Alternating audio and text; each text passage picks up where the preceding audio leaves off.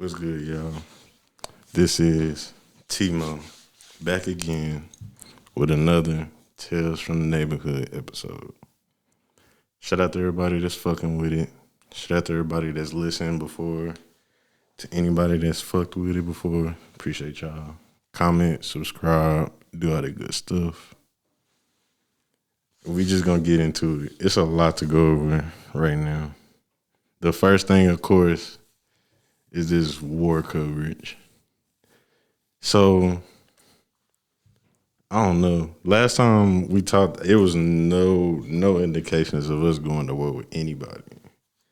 Just being honest. Like, now I think, no. We only had beef with we didn't have beef with nobody really. They just genuinely didn't like us. I mean, I guess the question is, how did we get here?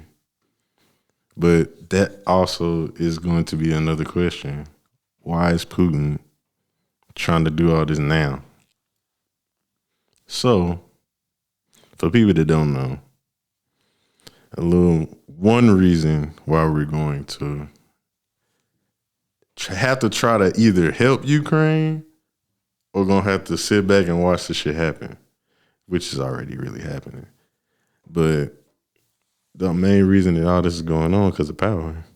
That's really all it come down to. Putin wanted a little more power, and he can't get it right now.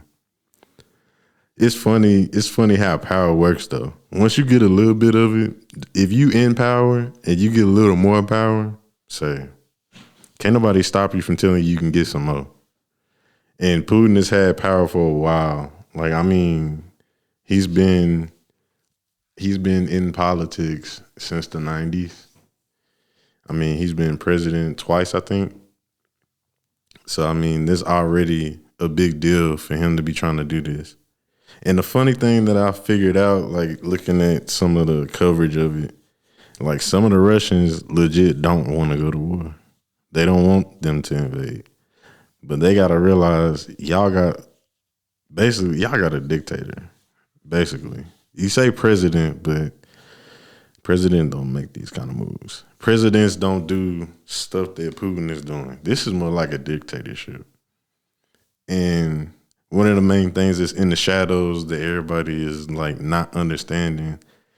He's under the impression that there's Nazi influence in Ukraine.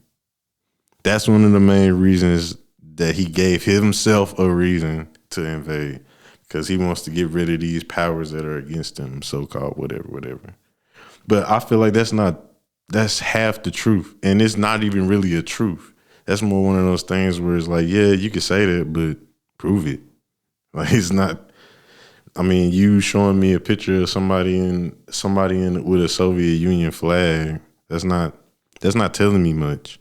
That's not telling me how your country feel. So let's just, before y'all get all caught up in the propaganda of the war stuff, sit back for a second and understand why wars happen, for one. Why wars happen. Number one issue always is going to happen with war is money. No matter what they tell you, all this, they're beefing because of this, they did this. No, it's money. It's money. That's one of the main reasons that the Russians don't want to go to war, because they already know the situation they in. They're not one of the richest countries out here. They're not up there with us and other superpowers, not really, ever since they separated from the Soviet Union. So once that happened, a lot of things shifted away from them.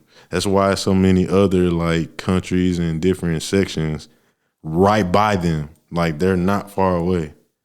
I don't know how to pronounce the name of the capital, but I think it's Kyiv, something like that, is the capital, and their main goal is to go there. And from what the coverage is saying, they already there. That was 2 days ago that they was talking about that. So it's hard to follow war stuff, period, because you can't believe everything you hear on the news, of course. You got to do some research on your own. That's why I figured out that a lot of this is, at the end of the day, they talking about money. They want whoever getting me a bigger bag, let's do that. Let's work this out. So, it's not much to buy into with that. Like, I really don't want to stay on this topic long because this topic is really like it may affect you, but it depends on what happens within the next like maybe couple weeks or so. Because y'all gotta realize this whole invasion stuff happened last Sunday. So war is not just no overnight thing. Things don't just change that fast. Like, you'll get warnings. And one thing that I didn't understand, like, baffled me, they had all of a sudden these I just saw it on Instagram, so I can't confirm it. They was talking about nuclear alert. And I'm just thinking to myself, okay, how you go from just invading the little country to now you getting put on nuclear alert for only 24 hours, mind you. They said nuclear alert for 24 hours. Something wasn't adding up there. That doesn't make sense to me. And the fact that now it's, I seen that probably, today's Thursday. I seen that probably Tuesday, Monday, and haven't heard anything about it. Are we still under nuclear alert? Like, you don't even know where to stand on these stances. Like, you don't know where it's gonna go. So a lot of this all is speculation. But definitely have to say that it's saying that from what I'm looking at, this is updated a couple hours ago. Like, deaths is 9,000, about 9,000. For some reason, I don't believe that. And it say displaced, at least 1 million. I mean, if you saying displaced, are y'all putting that with the people that are running away from the country that's doing it? Are y'all counting the people that's like already got out of Ukraine? Cause I mean, they was saying that was happening on Sunday. They was all evacuating. So, I mean, that displaced number can be any sort of thing. They're gonna have to be more specific on the type of stuff that they talking about. And this is the big one. It says at least 100 buildings destroyed.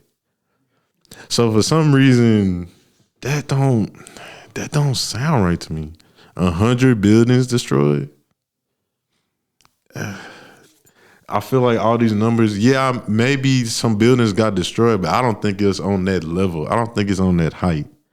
Like, I feel like they sugarcoating it just to, get the propaganda going. Because you got to understand, war is basically a money engine for certain countries.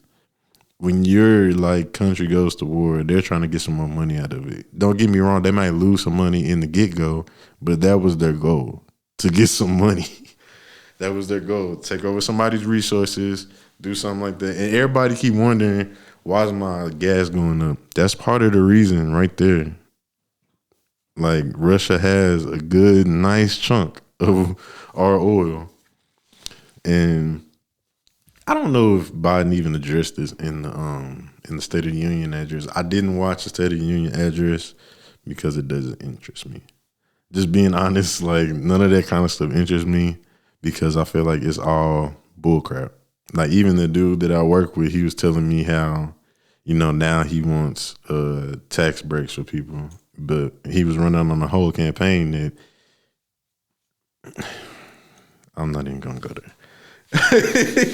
Because Biden is he's another contradiction. He's a walking contradiction. So, I mean, at this point, with all our politicians that we dealt with, that's like a normal thing now. Like, you don't expect these people to actually, hold up to what they talking about.